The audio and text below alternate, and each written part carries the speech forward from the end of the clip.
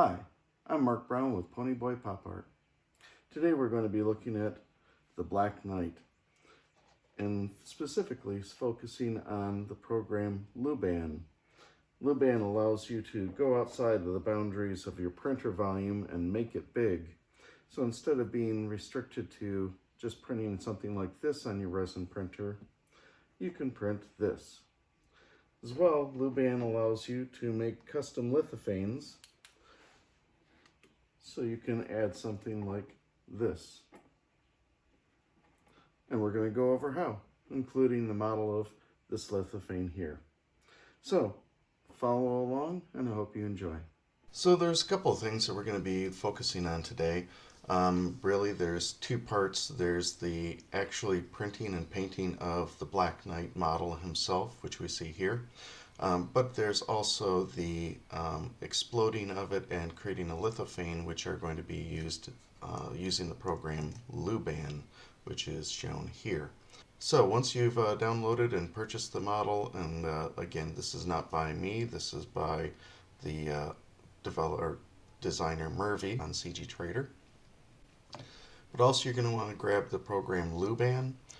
There is a free version of LuBan which can run unlicensed, and then but there's a couple of restrictions as far as the size and complexity of a model that you can deal with. Truthfully, for $60, if you're in this hobby, it's well worth $60 a year, and at that point you get complete unlimited capabilities.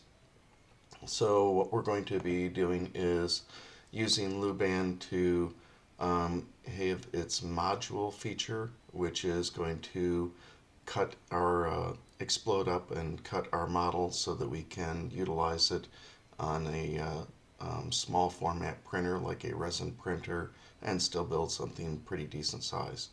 So I'm going to switch over now and assume that you have downloaded both of these, and I'll see you in a minute. Just open up LuBan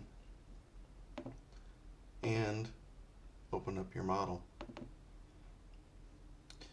So here's our model, looks great. One thing we will notice immediately is that it's really ridiculously small. This is measured in millimeters, and it's 0.1 millimeters, but that's okay, doesn't matter, it looks great. And we're going to say mesh LuBan. We're going to go ahead and leave it in millimeters. And what I want to do is scale it up to about the size that it would have been if I was going to have printed it on my Ender 3.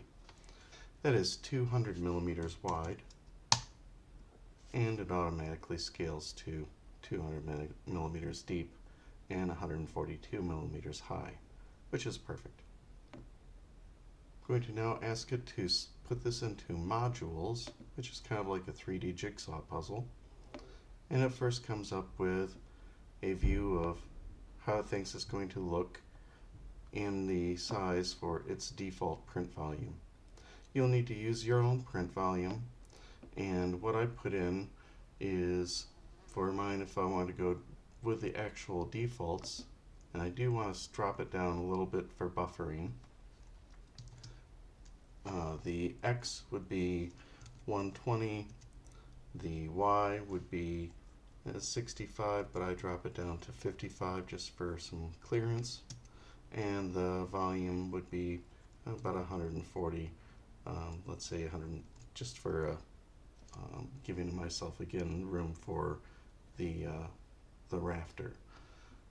If I now wanted to hit enter, and it is kind of weird that it doesn't make changes until you hit enter, you see that it's slicing this up into a lot of pieces. But what I realized in looking at this is that the Z is really the shortest out of these. So if I now switch these, because I can rotate the model in 3D, I'll say that this is the 55 and this is my 140.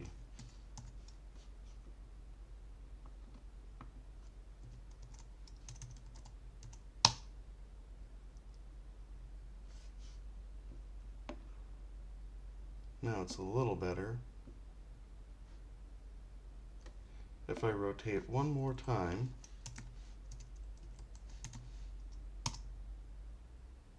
you can see that it definitely dropped the complexity.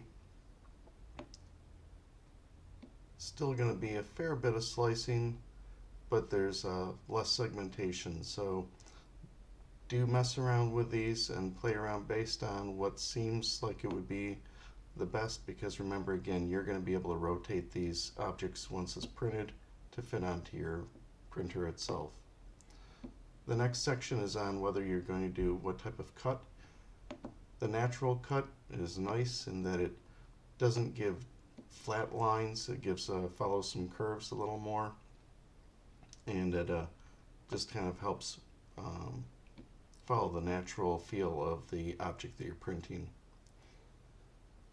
I then usually go with the square plug shape, but I do like to give myself some tolerance so that the key, when it generates it, and we'll explain that in a minute, has a little room to fit. So I go negative 0.25 millimeters. If you're going to have several parts, it's nice to imprint the part number. We probably don't need that many, but I'm going to go ahead and leave that on, and we'll leave the part number 1. At this point, make sure that you've hit enter on your last field so that it does update any bits of information, and then export your parts. Now it's going to look like nothing's really happening until you try and click on here, and then we'll see the little spinning wheel telling us that it's working and not responding because it's working very hard.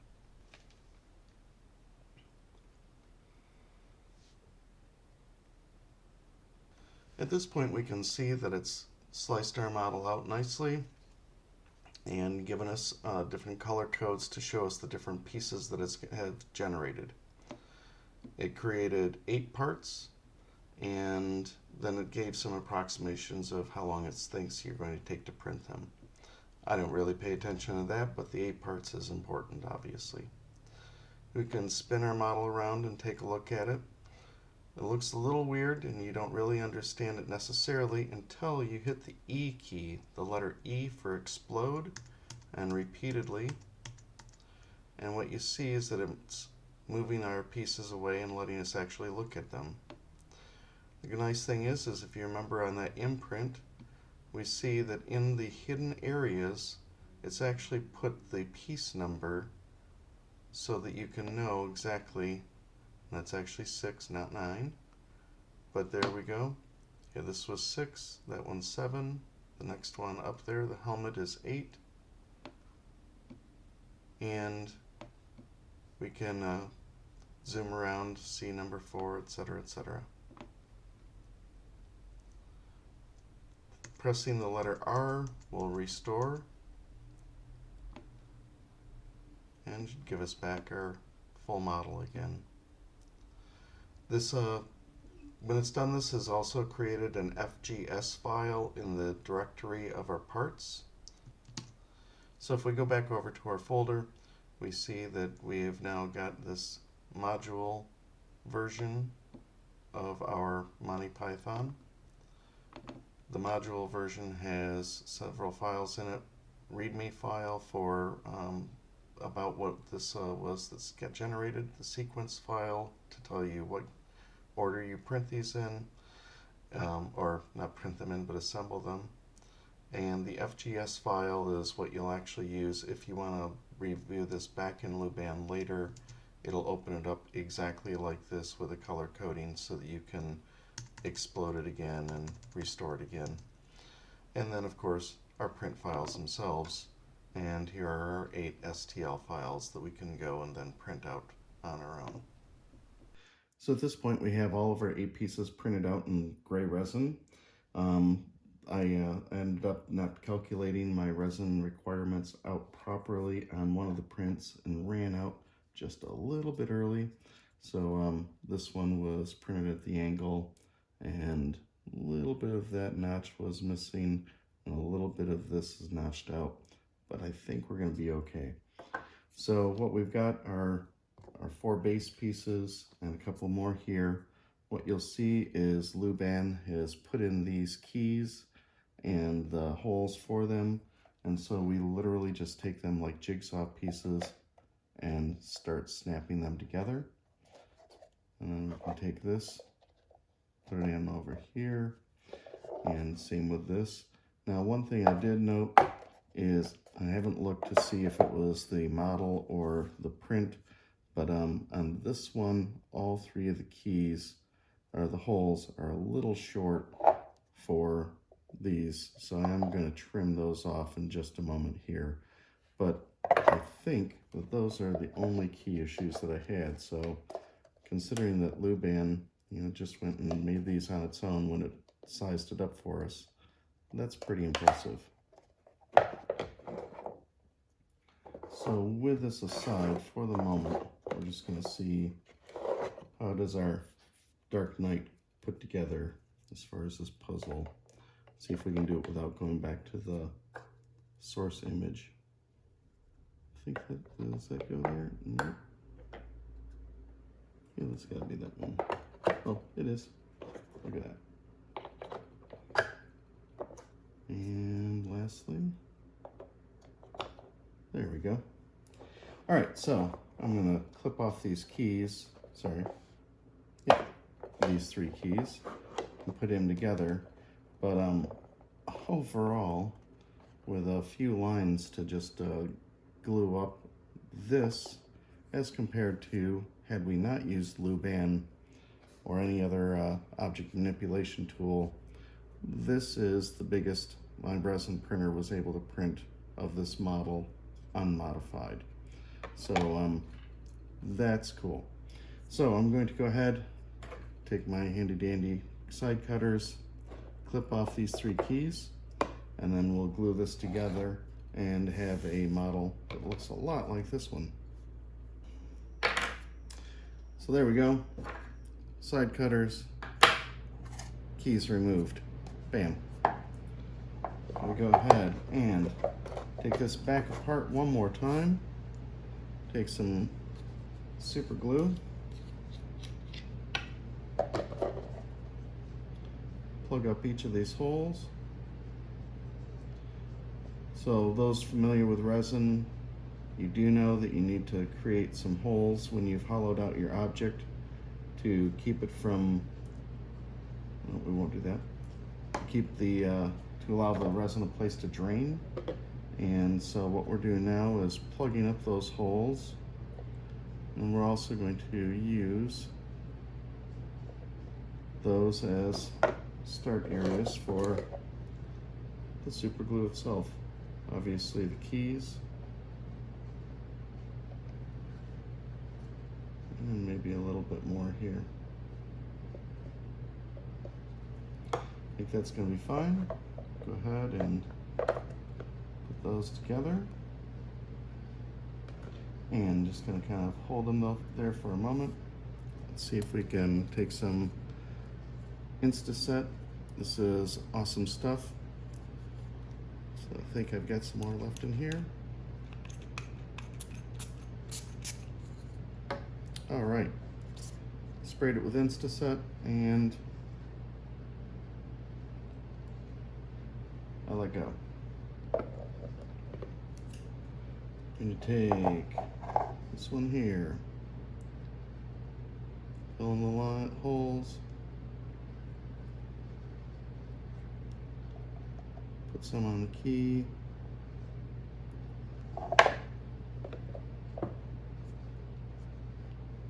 Didn't have any holes on the side, so just dot it a couple of times.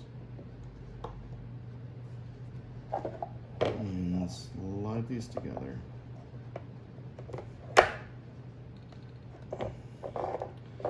And we'll take this last one.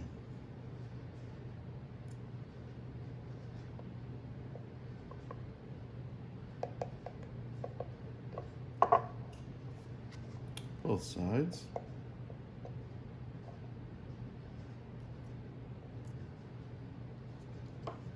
And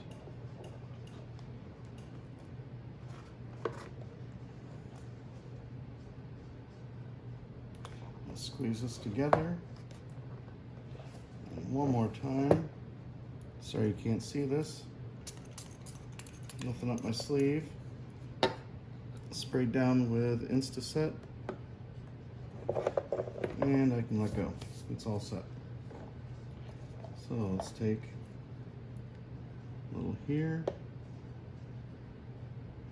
Plug in that hole. Put some there.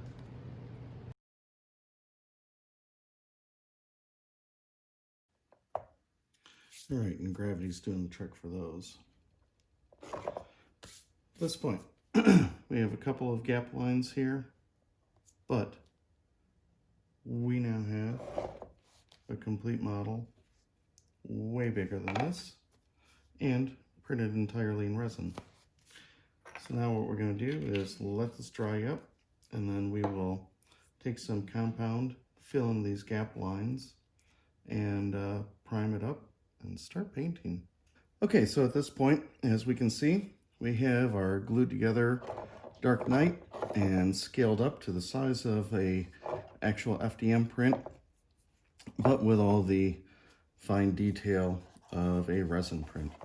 Now, of course, some of you are going to say, yeah, but it's got all these lines where we've had to put it together like the jigsaw puzzle that it was. You're right. We're going to fix that with Liquitex Modeling Paste. So what we do is take some of this, which is this white paste here, grab a paintbrush, and literally just smear it into any of the lines that we have. It has to go a little thick into some of these heavier lines. And some of these, we really should probably go with a two-part modeling compound where we can really make a kind of like a Play-Doh mixture and just pop it in there. But I wanted to just show you that you really can just use this modeling paste and fill it in just fine.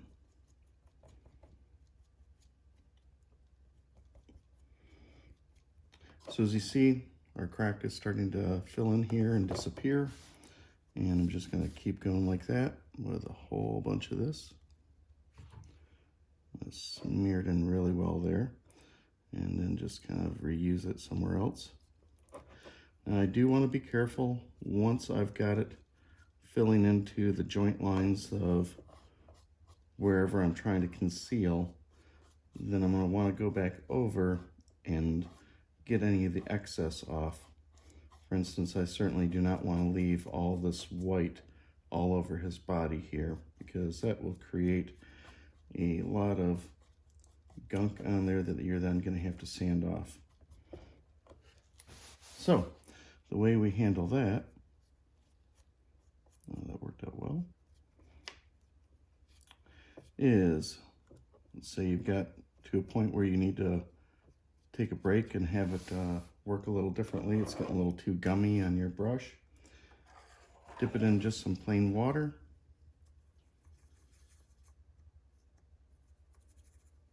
And smear it around a little bit off of the brush. And take a paper towel, wipe it off. You're back to good as new, and what's even better, then take just a little bit of moisture on the brush and paint back over your area that you had.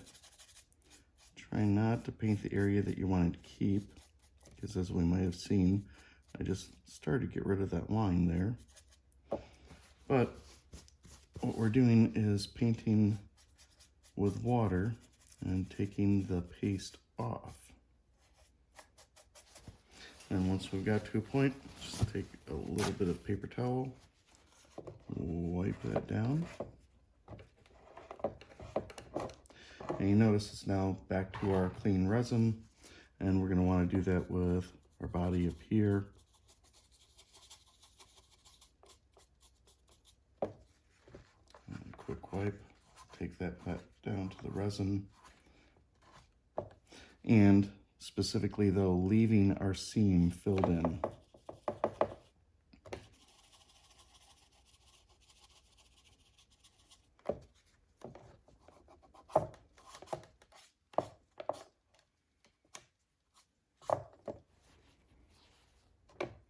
And so what we've got now is the seam line. It's nicely filled in. but the area around it is cleaned back off. That's what we're going to look to do pretty much everywhere on this model.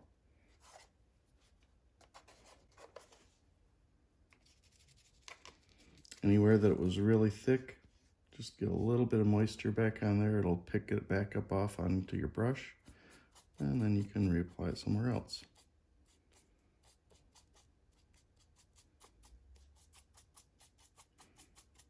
Try and paint both ways onto the seam, and that way you're guaranteed to hit it the right way, one way or the other. And if that still doesn't work, just grab an extra glob and really pack it into there. But this did pretty well.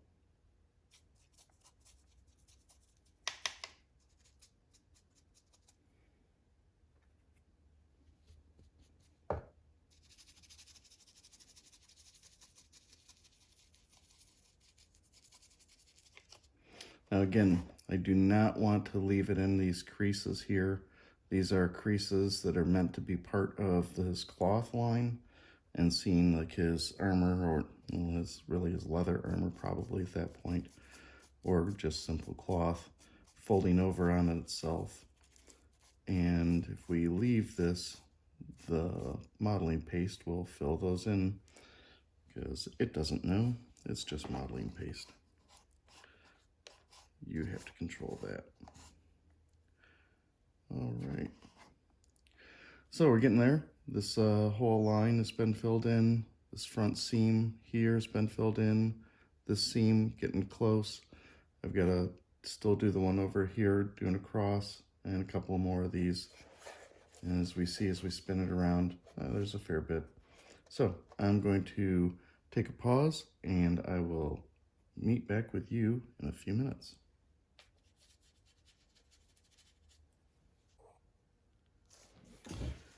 So now what I'm doing is just taking a damp paper towel and wiping back over some of the areas where I wasn't able to completely brush off, but I want to get a little more of that white off of there. Overall, I think it's looking pretty good. And all the major seams, even that divot there where my print, if you remember, that piece had failed to complete. Due to running out of resin in the middle of the print, or at the very, very end of the print, really. But now we can say this is looking pretty good. Still obviously not nearly as good as this guy here, but we're gonna fix that right now. So our next step is to take some Rustoleum 2-in-1 filler and Sandable primer and give this a little coat over. And the whole point of this is to give us a paintable surface, and also to color in the seam lines that we just did there.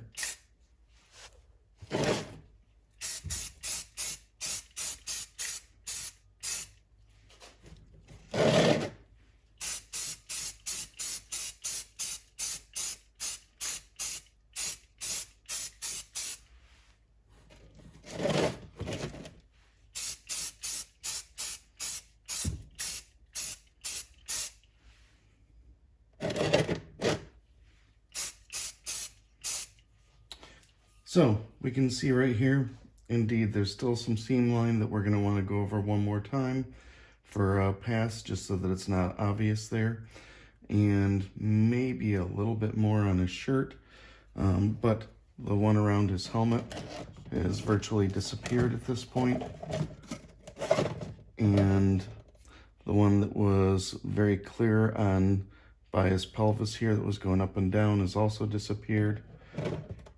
Still got a little bit left here on this leg, and we could do a little bit more on the back, but you can see already, obviously, we've made some really good progress, and this just took us about 5-10 minutes. So we're gonna let this dry, and then when we come back, we will go over that one more time with some Liquitex, one more time with some primer, and we should be ready to paint him up and having him look at least as good as his little counterpart there, and still done in resin. All right, at this point, we've got the primer dried, and I'm looking at it, and yep, it is going to require a little more for this seam here.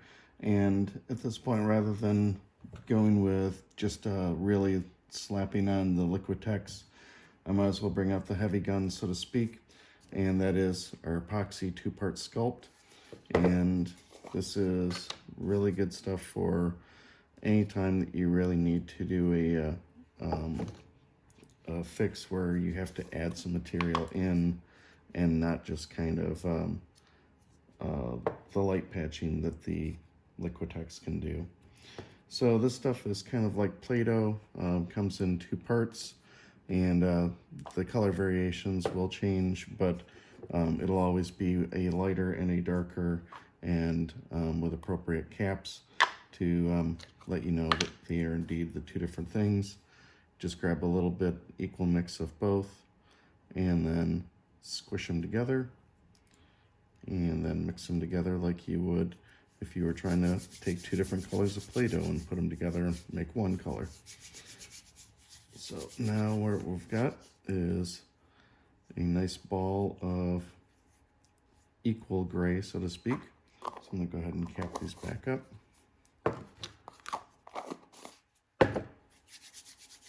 And just take a little pinch off. Again, it is just like when you played with the kid. So you can just take this and make one of those little worms, and then squish it down in. Now if I streak it along, you'll see that it just fills in that gap immediately. And yeah, I could have done that earlier, but I really did want to see what could be done with the Liquitex on this, and if that would be enough. Now I want to make sure that I've kind of made this a little rough so that it's not a obvious seam here. And you'll understand a little more of what I'm saying. See, if I rub too much, it brings all the stuff out, and you can see the little gap of a seam there again. We don't want this, and luckily this is supposed to be dirt that he's on, so a little more rough terrain is not a bad thing. It's definitely better than seeing a seam in the earth like God had cut it with a sword. So just take and fill that in a little more.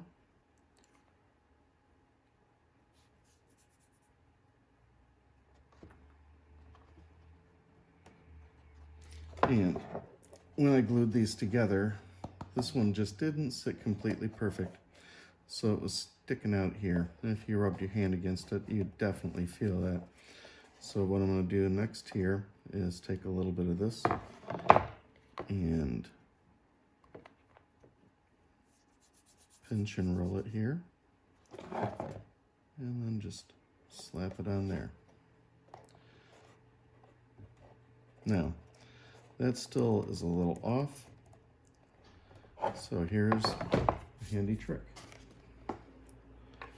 Take some water, dip your finger in it, and now rub it over. And you'll probably notice the glisten here, but it also is immediately smoothing out and allowing me to press it in and manipulate it a lot more. So what I'm going to do is dip my finger there and then just keep rubbing back and forth here. And really, actually, once I got a nice smooth part, just rubbing it one way so that it goes from here and immediately fills in that gap. If I rub too much the other way, it'll just create more of a ridge line. So we go with our bump and basically try to smooth that out and then a little bit more at the bottom. Now if we lightly run our finger, you definitely feel that it sticks out a little bit, but it is no longer this huge gaff, so to speak. Now, this stuff is going to harden, so I want to pop that off the bottom there, and we'll let that go. And come back over to this crease here. I'm going to do the same thing, just take a little bit, run it in a line, and then smooth it up and then back from the ridge down. So first pushing it up.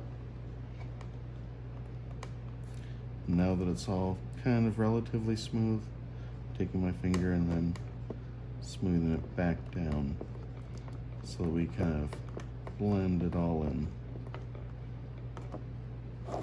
And there you go. One seam almost totally gone. The only part that wasn't was close to his body where I wasn't able to get my finger to smooth that in, but we can hide that with painting. So, let's spin around here. Anything else? Yep, still a couple of these lines on him, so we might as well just patch those with this as well.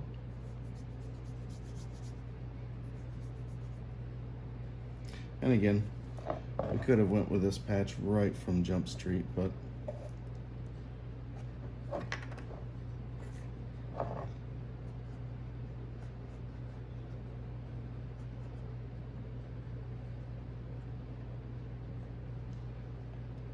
one other thing though is as you'll see here, sometimes this modeling paste, this two-part epoxy, sorry, is a little hard to work down to just the bit that you want. Don't let it wear you down, just keep adding some water to your finger. It will thin out and it will eventually rub down the way you want. As a matter of fact, you can see it's getting very watery there.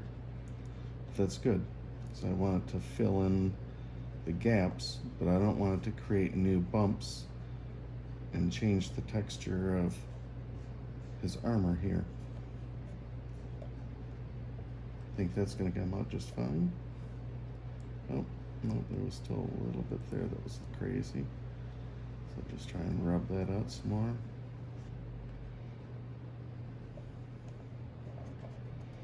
Don't take that the wrong way.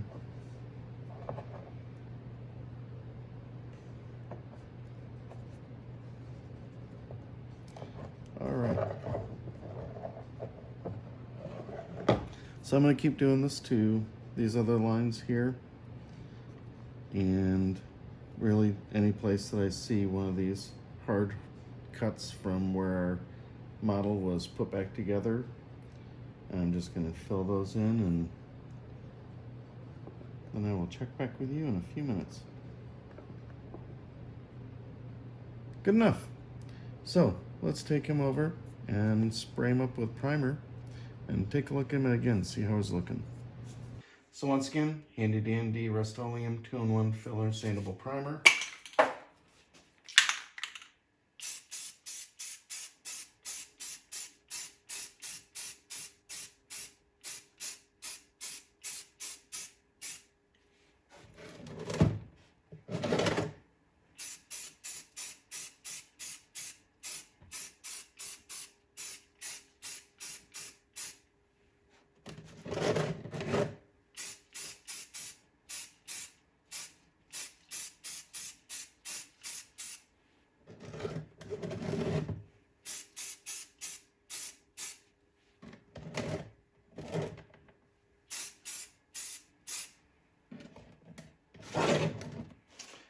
And voila, it is now just about seamless, and really we could just do a solid color spray paint if we wanted to do this like it was printed out in a filament, but that's not where we're going to go on this show.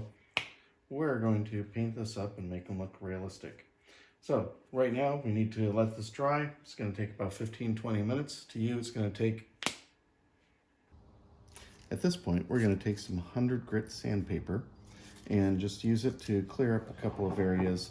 If you notice when we look at it here, you can still see a little bit of roughness on the seam, and yeah, there's some that down here that's a little rougher than I would have liked, but truthfully, this is going to be dirt, and at that point, you're not going to notice. I did notice in here though, I've got a little bit of dotting from our supports. And then on the bottom, I've got some bigger supports that we're going to scrape off as well. So let's get to it. I don't need this big of a piece, so I'm just going to tear it down a little bit. And I'm just going to smooth out a little bit of this seam line here.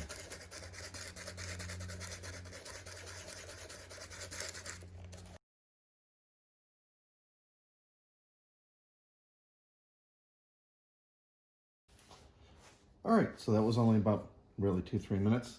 And, you know, again, I'm not trying to be perfect because this really is going to look rough. But you know, do as you need to your own feeling of how good you like it. I think we're ready to start getting painting on this guy. So what we're going to do is figure out what we need out of this. And so I'm thinking I'm going to be starting with a couple of variations of brown and definitely some black and some silver. So I'm going to take a pause, look at some reference images, and we'll get started. All right, with most of my pieces, I like to start with whatever's going to give me the most amount of initial color, just to help me really get a vision of this and make it start turning into reality. So I'm going to just grab some of this dark brown here and start giving our dirt at least a little bit of a base.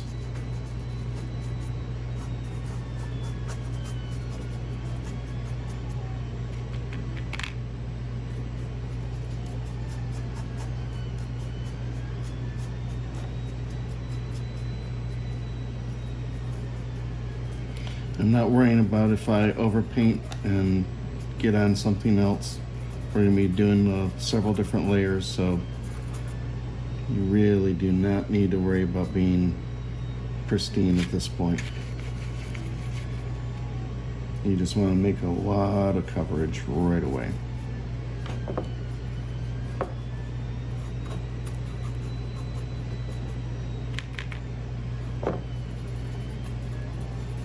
So I'm going to keep doing this to the rest of the base here. I think you get the concept of what I'm going. I'll check back with you in a minute. Do be sure to spin the model around and look at it from all angles. So a lot of times you'll see a little bit of gray peeking out that you didn't see before. Again, it's okay to overpaint, but do not underpaint.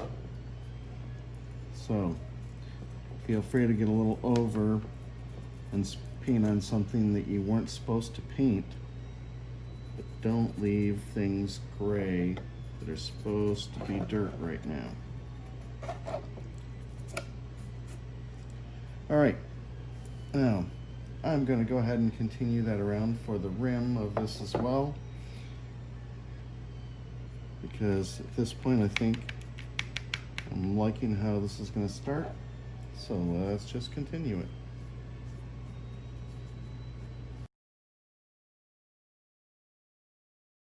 All right, so now we're going to start painting on the limbs. He's really the Black Knight, and he's almost entirely black, but that's just a little boring. So what we're going to do is mix up a couple of things. This Golden brand is great for their metallics. I've got some Iron Oxide, which is right here on the left. If you notice, a lot of flecking in there, some nice sheen to it, but definitely dark.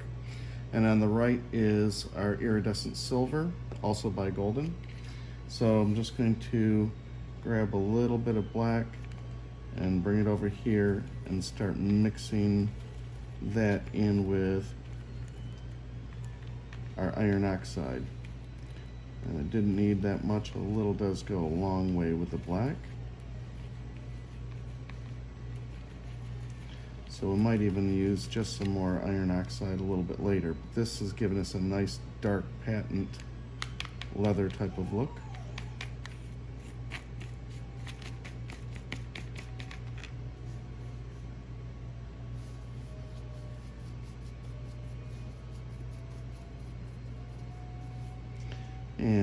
just a little bit and mix it over here with the silver.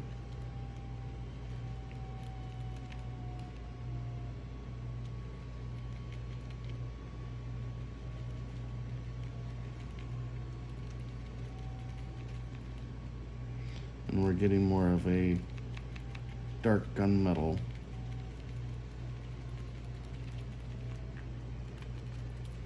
So, this, matter of fact, I'm even going to take that a little darker.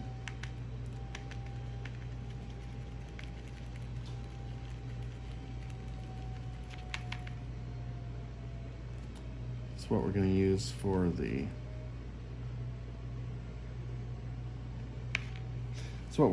our general body.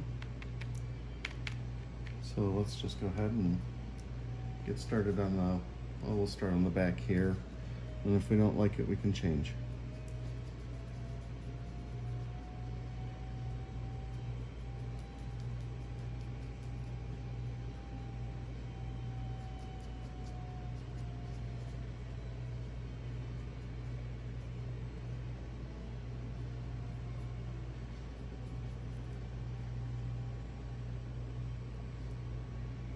I am taking care to avoid this. We're going to come back to the cut off limb later.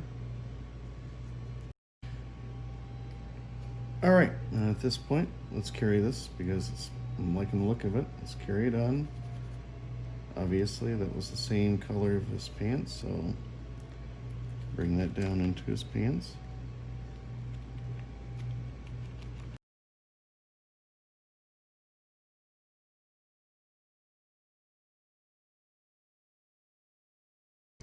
Okay, while I'm cleaning my brush, let's take a little note about realism.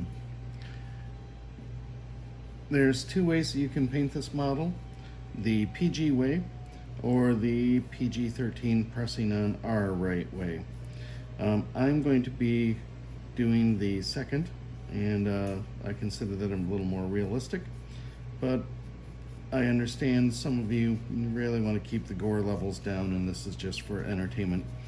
And at that point, totally understand. So what I'm going to say is, if you're wanting to do the PG version of this, go ahead and take the time right now to paint where was the severed portions with the exact same paint that you just used for his clothing. At that point, they won't stick out. It'll seem like it's the same material and like he's just made solid out of cloth. That's okay. Absolutely no harm, no foul. Go to it. Finish painting those. The rest of you, we will be taking and using a fair number of colors to hit those. So we're going to save those for last right now.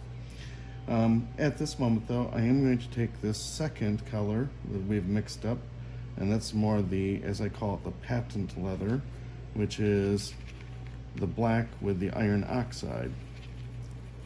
And so now I'm going to grab some of this, and I'll choose his boot here and paint next to it so you can see.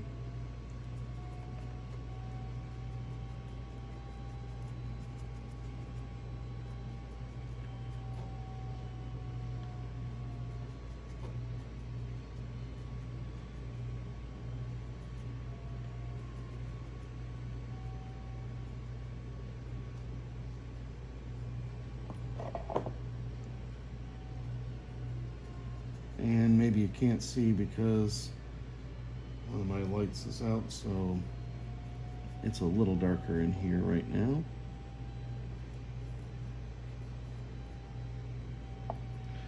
But there's a distinct black patent leather feel here as versus more like a black steel here.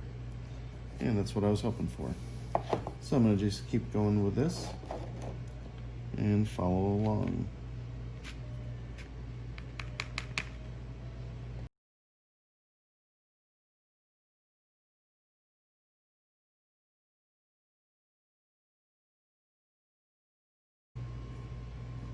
Okay, you notice we've still got his helmet to do, and I've still got a little silver there that I didn't mix with the black.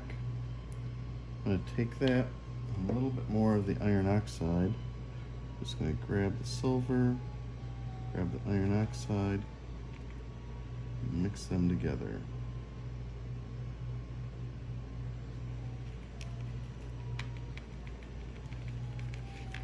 And let's see what we get.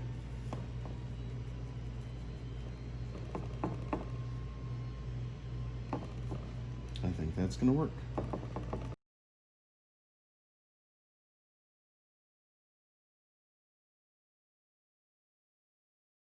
Well, that worked out pretty well. So I think what I'm going to do right now is actually take some of our black, since we've got some just sitting here still, just pure black, and a small detail brush. And I'm going to go into here.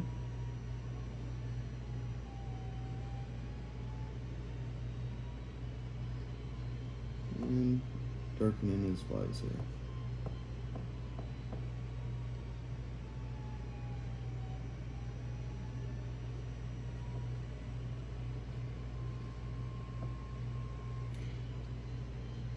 So I'm going to take just a little bit and darken in some of these dots here.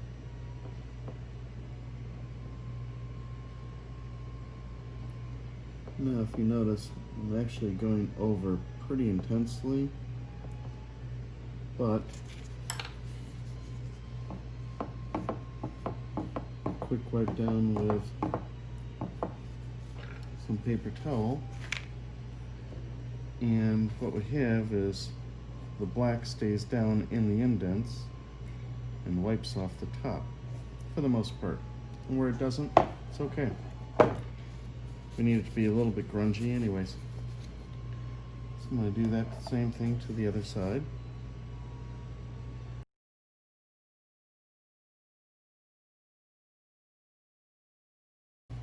And quick wipe. Bam. Alright, well, if you're doing the PG version, you're just about ready to weather this up. Otherwise, the rest of us are going to have to do a little bit more, but not much. Either way, I'm going to take time right now to spray this down with some matte enamel, and that's going to lock everything in where I've got it, and then we can go from there and not have to worry as much about messing things up. At this point, we're going to take some Rustoleum Matte Clear Enamel,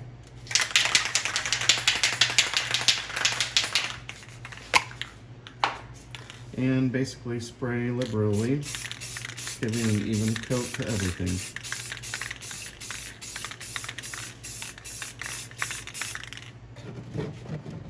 Be sure not to touch any of the areas with paint, especially ones that you've sprayed with the enamel. That's why I'm grabbing from the bottom.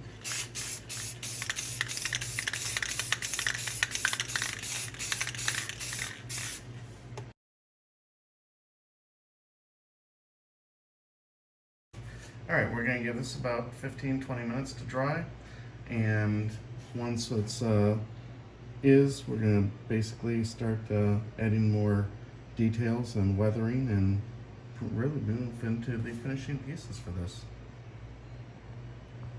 The next thing I want to do is add a little more texture to the ground here. You know, it's ended up being multiple shades just because there was different amount of watering and thinness that I was having when I was painting it, and wasn't entirely intentional, but it's, you know, great because we don't want it to be one solid color or texture. Which brings us to this. When I look in our picture, I can see that it's actually a lot of gravel that this is on, or pebbles and cobblestone type of thing. So I want to add some of that in here, lighten this up. So I've grabbed some Light Buttermilk and grabbed a thick brush here, a very stiff one, and just grabbed a little bit on, and I'm just going to start from the back just to be playing it safe, and I'm going to just start hitting it with little bits of random other color.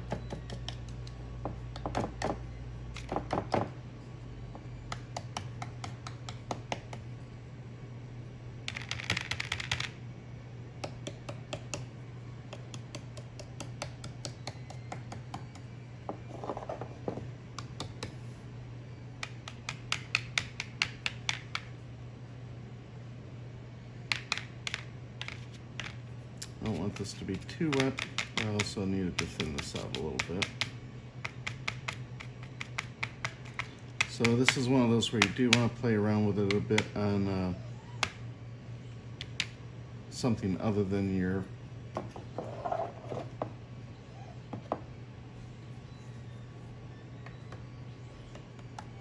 model to begin with.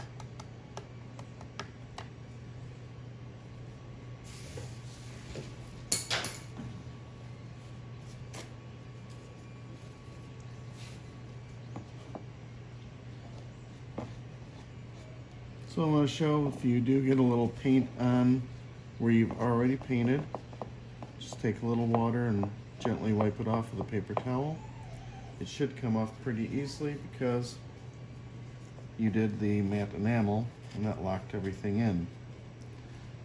If this ends up wiping off some of your black paint, that just tells you you did not hit it well enough with matte enamel. And you'll have to go back over that with black paint.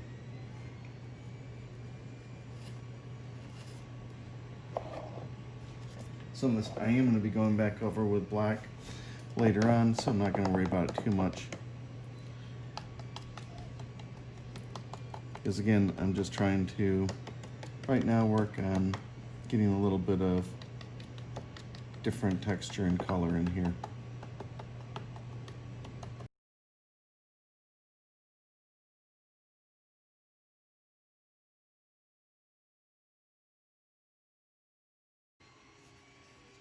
I know, this doesn't look realistic yet. It's okay, we are going to work on that, but we had to give something in here to get started. Alright, now I'm going to go and just remove any of that buttermilk from any of the places that I don't want it to be, because we're going to be spraying this down with matte enamel again. But first, what we're going to do is take a slightly different brush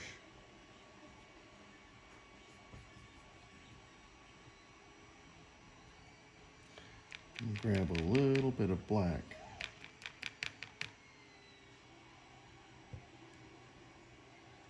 And go back over some of these areas.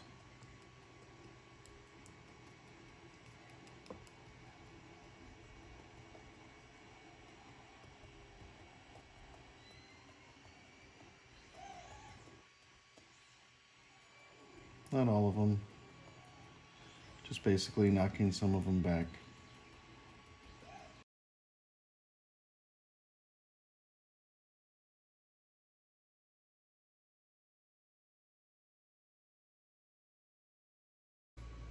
Alright, at this point I'm going to take a little bit more of a different color, bringing in some Raw Sienna here, and I'm just wanting to dial back some of the brightness and give more of a mottled color look to the ground here.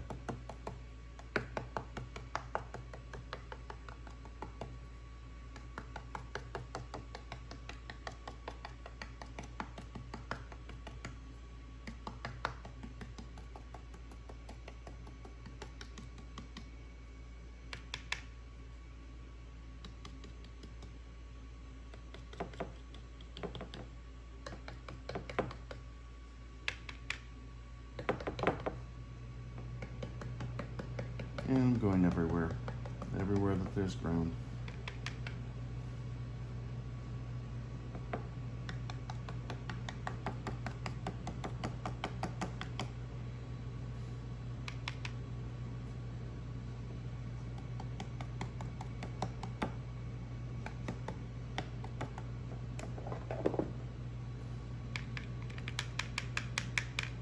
Basically, just we're trying to give the impression that there are leaves, rocks, pebbles, dirt, any combination,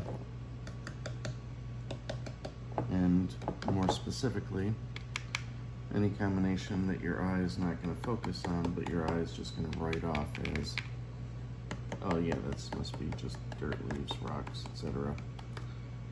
And it's clearly not the focus of this.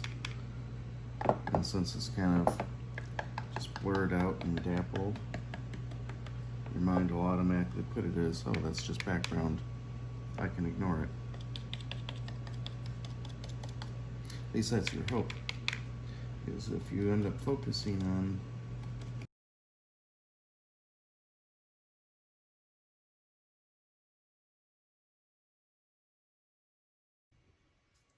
Alright, once again we're going to grab our Rustoleum Matte Enamel and just basically wanting to give our ground a nice serious covering.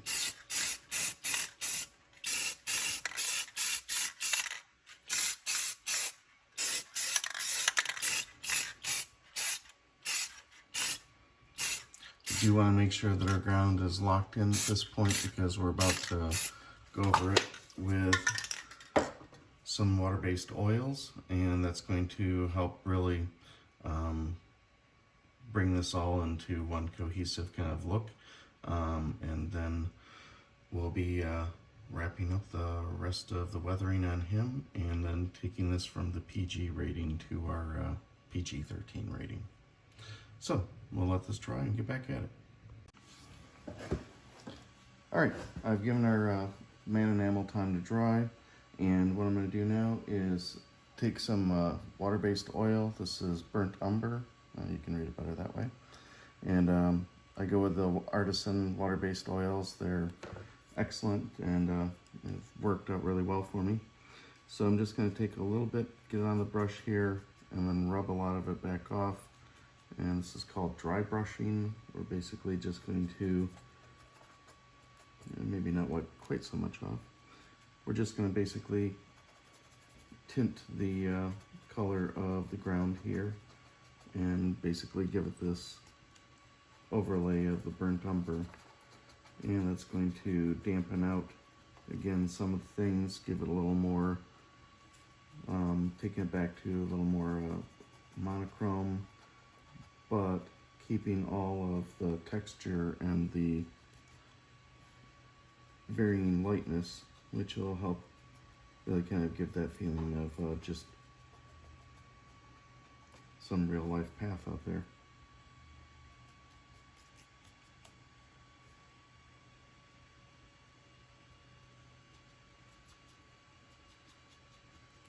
If you feel like you've got too much on your brush and already put it on there, just go back to that spot and pull away from it. And just keep pulling the paint from that spot and spreading out to other areas.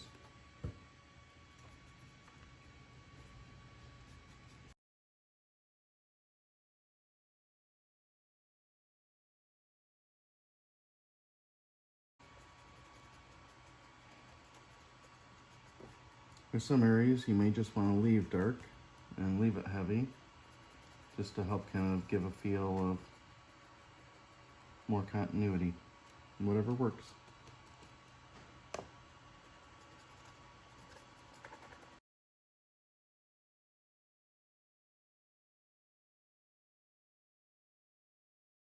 Just to give a quick comparison, this has been hit with burnt umber, this is not.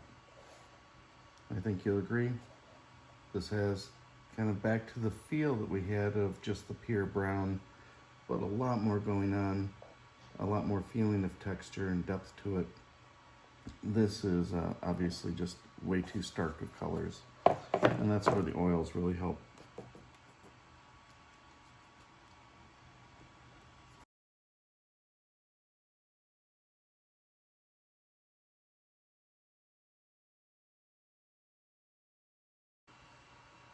Okay, I really like how that came out. Okay, for those of you that are going with the PG version, you have already painted over the decapitated ends of your body, and so you can skip this next bit here. Okay, for the rest of you that are following along with me on more of the PG-13 version of this, we're going to go ahead and grab some pink at this point.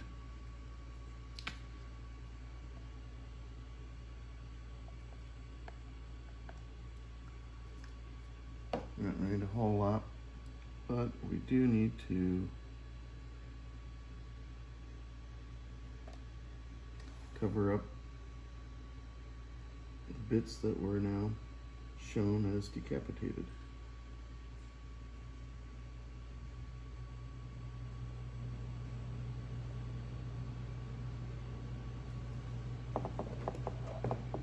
So if you can see that, basically just covering up that whole bit that should be flesh and bone with this pink here.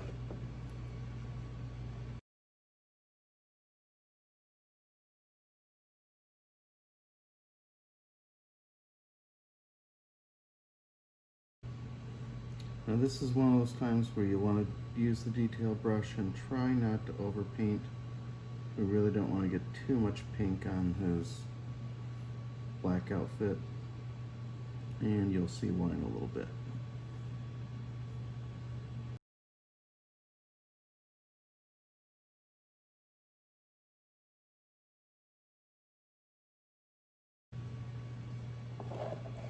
Okay, 1, 2, 3, 4 severed limbs that we've cut. Now let's paint up the 4 severed parts of his trunk.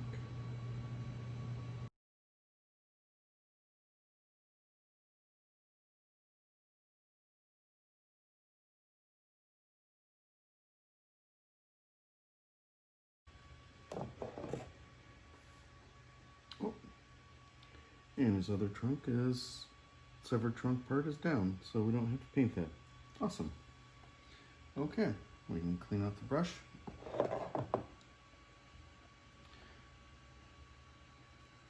Alright, we're going to need to let this dry and spray it again with matte enamel. That's going to lock down our dirt floor, and also we will lock down the truncated parts here so we can get that pink locked in and start to cover over that with a little more detail. But overall, he is really coming along close.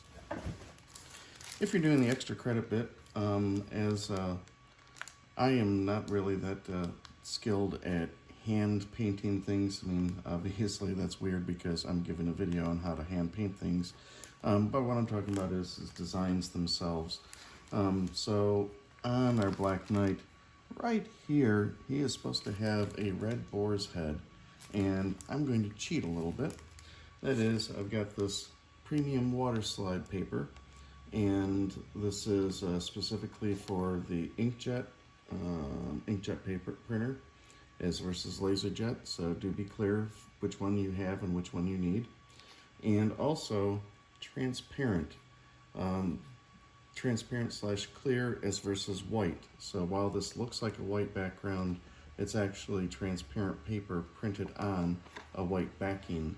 There is white water slides, which when you take it, it is just white all the way through. What Waterslide is if you are old enough like me that you remember putting together, snap together models or glue models and things like that, then you know that there were these decals that they would provide, and the decal was something that was a lot cooler than, you know, for the model than just having the model by itself. And what you do is take that decal and dip it in water and then go ahead and put it onto your model. And that's exactly what this is. That's why it's called Waterslide. It's because it slides right off of this paper when you put it in water. So one thing about the inkjet Waterslide is versus the laser Waterslide is when the laser prints on the laser Waterslide paper, it is permanent. The inkjet is still water soluble, so what we need to do for inkjet papers is to actually spray this down with matte enamel, let it dry, and then apply it to our model. So what I'm going to do is cut out just what we need so I can save the rest of this paper and use it. And then we will spray both our model here and the bit of our decal that we're going to use, and get those both ready.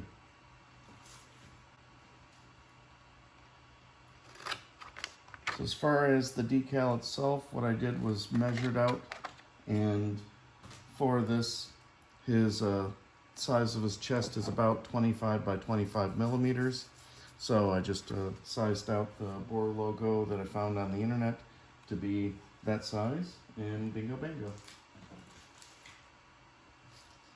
So I'm going to take this, and we're going to spray them down with matte enamel. Once again, going with our Rustoleum Matte Enamel, and we're going to make sure that we've got all the areas that we hit with that Burnt Umber, as well as all the areas that we painted pink.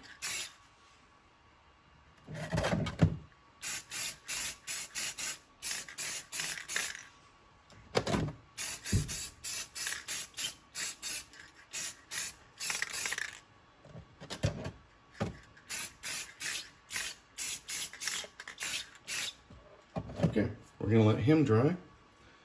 And this I am trying to be very careful because I have experienced in the past that this can bleed our image. So really going to try and just do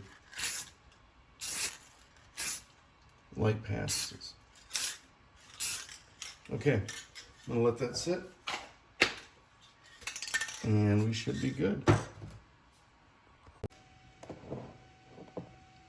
All right, continuing on our realism here, what we're going to be doing is adding in a little more detail on these severed bits here, and then starting to really gore it up. So we've already got our base pink here, and as you notice, it does start already kind of look like a side of a ham. And what I want to do is add some white. So I'm grabbing some white water-based oil, titanium white. I'm going to be putting that right at those centers of those bone pieces.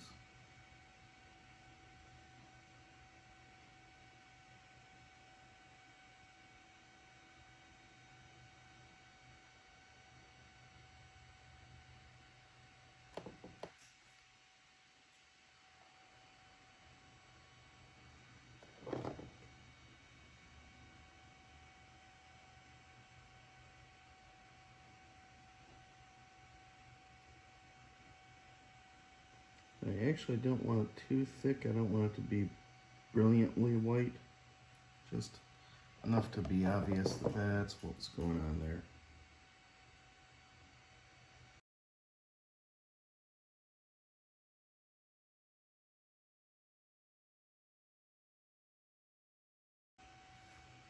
All right. Now that we've got our white in place, that was using a nice small detail brush. I'm going to go up to something a little bigger,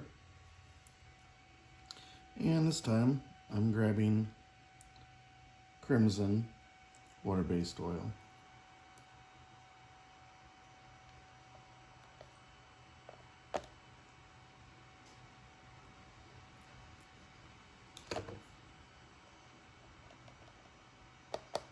And what I'm going to do with the crimson is go over some of these pink areas and basically make them far more bloody.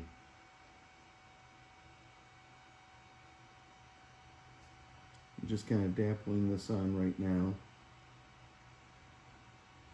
And even some bits over the bone area.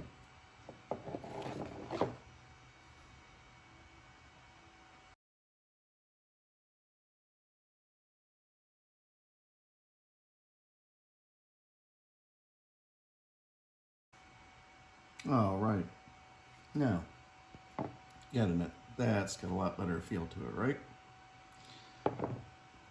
You can keep this going by taking and really thickening this up and then laying some good solid bits down here around the leg. If you really want to add some nice realism, just have it come down the side so it's literally dripping blood over the edge. Because, I mean, who doesn't love that, right? That's awesome.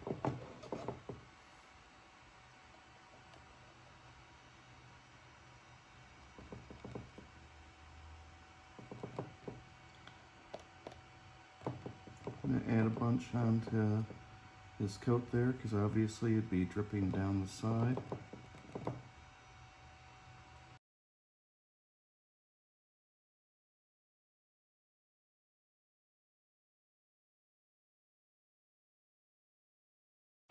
And now there were a couple of areas that were just little misses on the paint, so I'm just going over and painting those red at this point.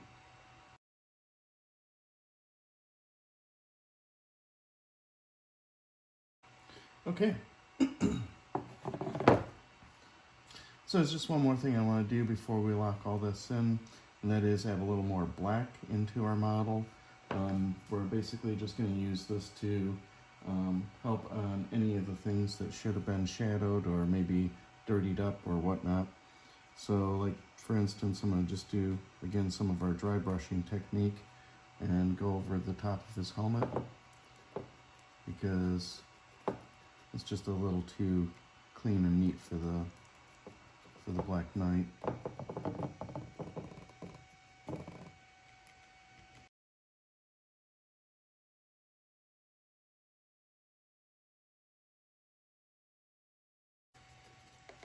And I'm going to take and just shadow in some areas here that clearly are well in shadow, because maybe his arm is laying there, or his leg is.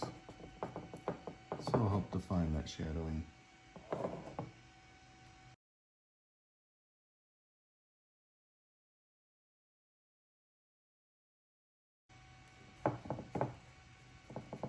Also, if there's anywhere that seems a little too bright in the ground, now's a good time to darken it up with a little of our black oil.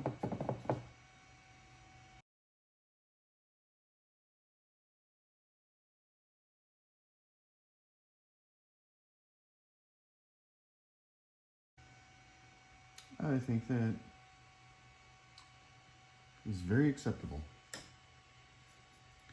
We're going to take him over, spray him down with matte enamel, and then we'll come over to that extra credit bit. Okay, this bit is extra credit. What I've done is went to find a picture of the boar's head that was on the Dark Knight's coat of arms, and I realized there was no way I was going to be able to paint this on and have it look anywhere like it was supposed to. So decided to just use the Waterslide paper here, as I noted before, and I measured that out to be about 25 millimeters, scaled my image down to 25 millimeters, printed it out. So what I'm going to do is take and soak this in some water. Now to be clear, this is the inkjet paper, so I've already sprayed it down with matte enamel, this piece, as you saw earlier. So the matte enamel should hold our image to the transparency, while the water will allow the paper to come off of the back. So what we're going to do now is try to pull it up. See if we can start to get our transparency loose.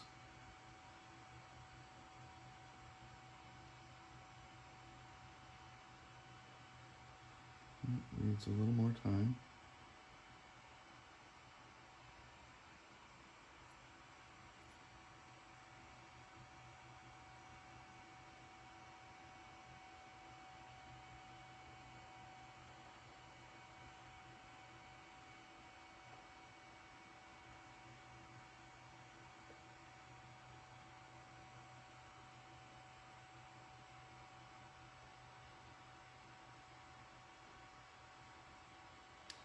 Okay, now we're just going to lay this right on top.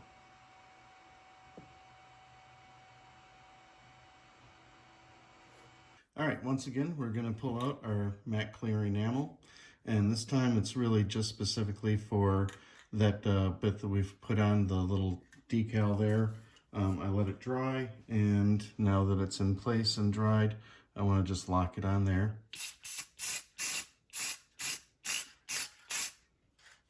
So that's really it. And then we're going to give this about, of course, 10 or 15 minutes, let that dry. And one of the things I noticed, and I didn't get too much here, so I will go ahead and pick it up, is even though this was an inkjet printer and supposedly printed this out in red, really it just looks black on there, so it's barely able to see.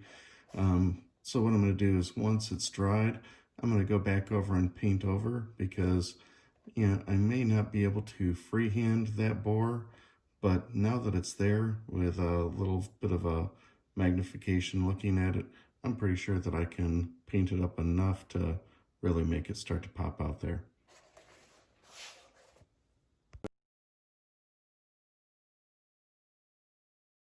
I've grabbed a little bit of fire engine red and a fine detail brush, and basically we're just going to go now and I don't know if we're going to be able to see this, I hope we can, but color in the boar's head.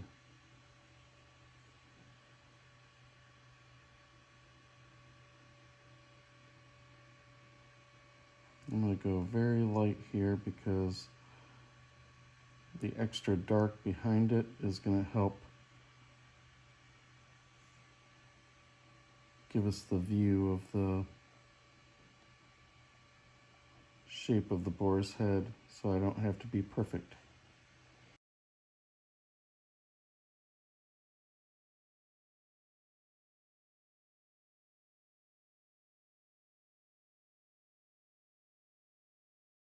Okay, so at this point I have basically just covered up all the black with red, and I think we've got a not perfect but a pretty good representation of our boar's head on there.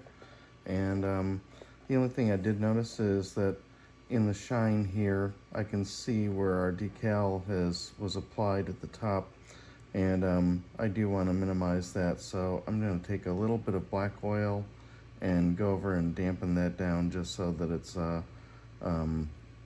gets rid of the gleam of the air bubble there. And then we'll hit this down with matte enamel and call it good. So I'm not even gonna bother dabbing any out. I'm just gonna grab some right from the cap here. And when I look at it from the side, it's pretty clear on that bubble there. So what I'm gonna do is just take some of this. I did go a little heavy.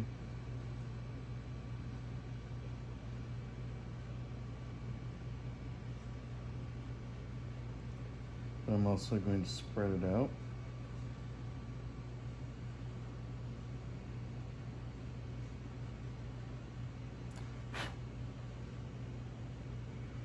And then use it to outline around our decal as well. So going down around the edges here, I'm going to pull some of this like we have before, where I've got some excess. Just grabbing it on my brush, pulling it, and then bring it back and reapply it somewhere else. Alright, so what we're doing now is creating an image for our lithophane.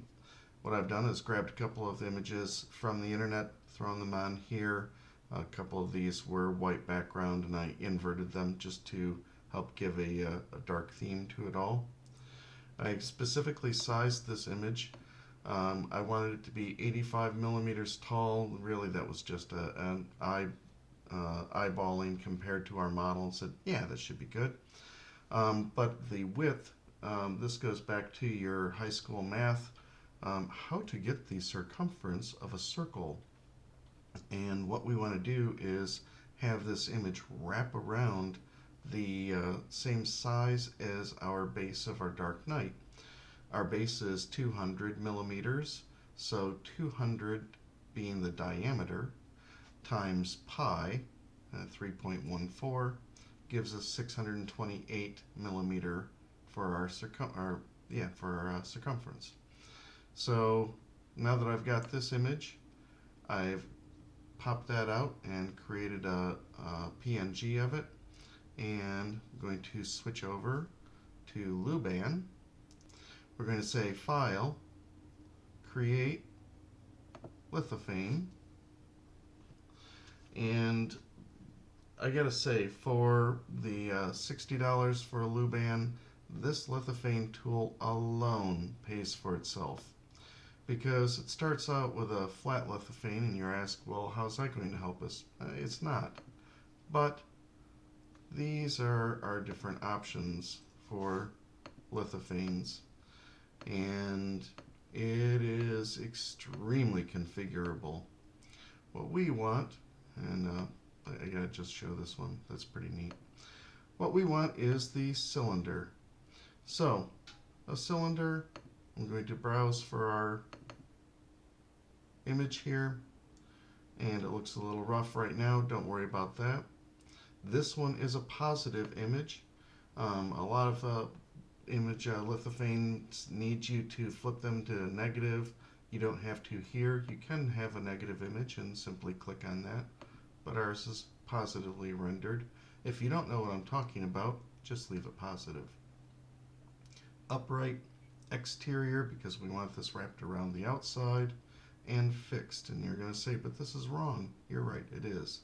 Because now we get to our model diameter. Now, I will tell you, LuBan's a little weird in that it waits for you to hit enter before it really recognizes. And sometimes you have to hit enter every time. So our model diameter is 200. And I hit enter, and we wait for it to re-render this. And the model Z, we said, was 85. All right. Now, if we grab this and spin it around, you see there's a little gap here, and that's probably because I didn't do pi, I just did 3.14, and rounding errors happen. So now let's go ahead and say stretch now. And at this point, it stretches the image out to help fill that in for us. And I think this looks good. Now we can do a couple of neat things. If you notice, well, it's got this full flat bottom here. Oh, sorry, one more bit. 3.2 is awfully thick, and I like to take that for my ender, going down a 0.4 to the 2.8 thickness. I leave the minimum thickness 0.8. Any thinner than that, and it really does get a little fragile. But this should give you nice contrast and allow you to be able to still see it very well. We can have a border on there, either a bright border or a dark border, or if we want, no border at all. And the way you can do that is by saying 0 for the border size, and it gets rid of the border. Now I'm going to go ahead and leave it that 2mm border that it had, and I want it to be a dark border. Then our base is going to be hollow, and if you notice, no, it didn't make it completely hollow. That's because it assumes you want a light source in there. If you have a night light or something like that, you can specifically set the socket diameter here and the base thickness and the socket height, all to adapt this here. For this, I'm going to actually make my own custom bottom for my own base. This you should do however you need to, but for me, I'm just going to get rid of the base. No, I'm not. I'm going to get rid of the socket. And at that point, it disappears. Now we could have a hanger on here if we wanted, and it would give us a little bit so that we could actually hang this. Again, I'm not going to be doing that. And if we want, we can see how is this going to look if the light is off. And this is how your model should look when it's printed. And then turn the backlight back on again. And this is how it'll look when the light is on. So you can also do things like pick a different filament just to kind of get an idea. Well, if I was to print this out in yellow, how would that look? And there you go. I'm not going to do in yellow specifically, but I just wanted you to show you that is one of the options you have. And now we're going to save our model, and we're just going to save in this folder here. It says asking for a folder, not a file name. And if we look in that folder now, Black Knight Litho model is there and ready for us to print.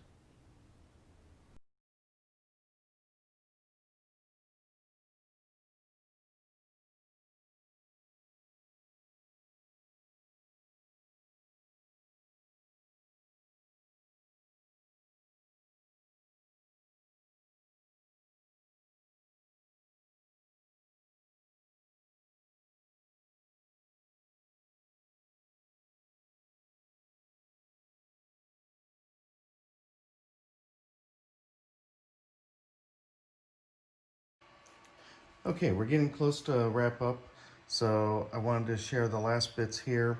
You will find on the links from the description this lid here, which is also going to be matched to a link for this LED display light. What this is just a simple circle that I've whipped up to match the same outer size as our lithophane, and also has an inner ring.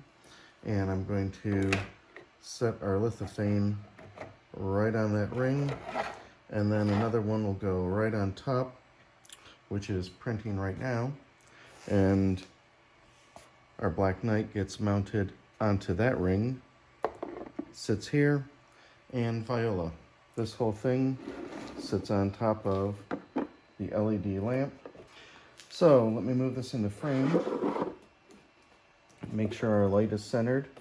It'll be glued in place later, but right now. And when we turn our light on, presto. And with the having the lids glued to both the base and to our knight, so the nice thing about this is that it will be free spinning, in that you can, the mount down here will be glued, the knight will be glued, but if you lift the knight and hold on to it, you'll be able to spin to whatever scene you desire, and voila. So again, we're going to let the last piece print out. What I've done is, for this lid, I printed one part in translucent, and I found that that's really good for the bottom, in that it will pick up some of the extra light and carry it through, and it really helps light up the bottom of the lithophane, that if you use anything else that's dark, like a gray or whatnot, it actually does darken that down quite a bit. It is amazing light magic. For the top, I'm actually doing it in a wood grain because I want it to match a little more onto the look and feel of the base for our Black Knight here. And once that's glued in or printed out, then we'll be gluing this all together. And again, that will be bringing that to completion. All right, our last thing to do here is now to finally glue this together. These are two copies of the same lid. And again, that model is in the links. And we're just going to take that, glue it to our LED display, which again is also in the link. And usually I would use something like a 5-minute epoxy by Gorilla Glue, but for this it really doesn't have to have much weight or support much weight because it's just the lid. So I'm just going to go with a simple super glue here.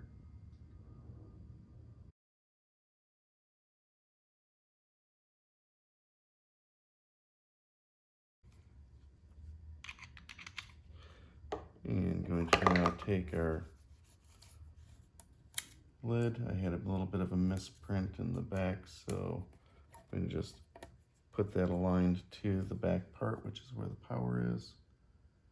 And it should line up perfectly with your base of your light. Excellent. All right, this is going to sit on there, but I'm not going to do that right at the moment because I want that to harden up. So I'll just set him right there.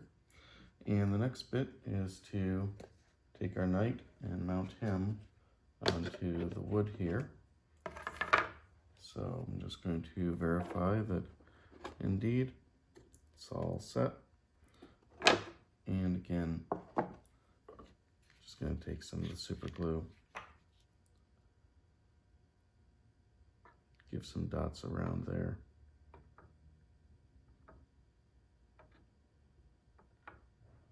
And a few extra at the edges just to try and help keep the curve. I had a little bit of a warping in here. Get that down.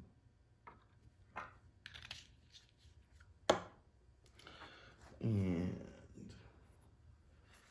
got a bit of a warp at the back, so we're just going to line that up with the back. And once it's down in place, just going to push down a little bit, give it some pressure.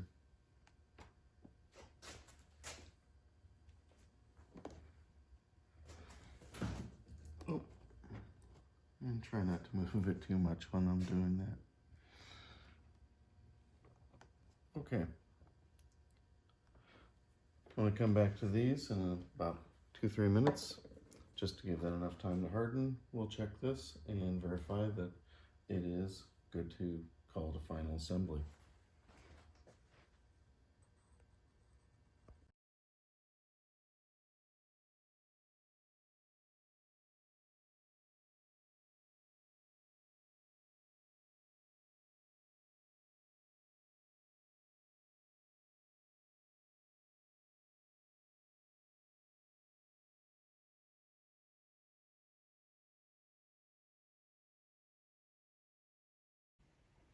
And so there we have it. Monty Python's Black Knight, made big with LuBan, printed in multiple pieces in resin, and then assembled and hand painted in acrylics and oils. Also with a custom edition of a lithophane base. Extra bonus, the lithophane base can be spun to whatever scene you prefer. So thanks for watching. I hope you had fun, enjoyed, maybe even learned something. And as always, if you did print your own copy out and painted it up following our instructions, well then please share with everybody so we can see how you did. And otherwise, if you haven't already, subscribe to our channel so you can continue to see more videos like this. Check out our Instagram page to see other models that haven't been made videos of. And of course, check out PonyBoyPopArt.com for our website for latest info. Thanks, take care, and stay safe.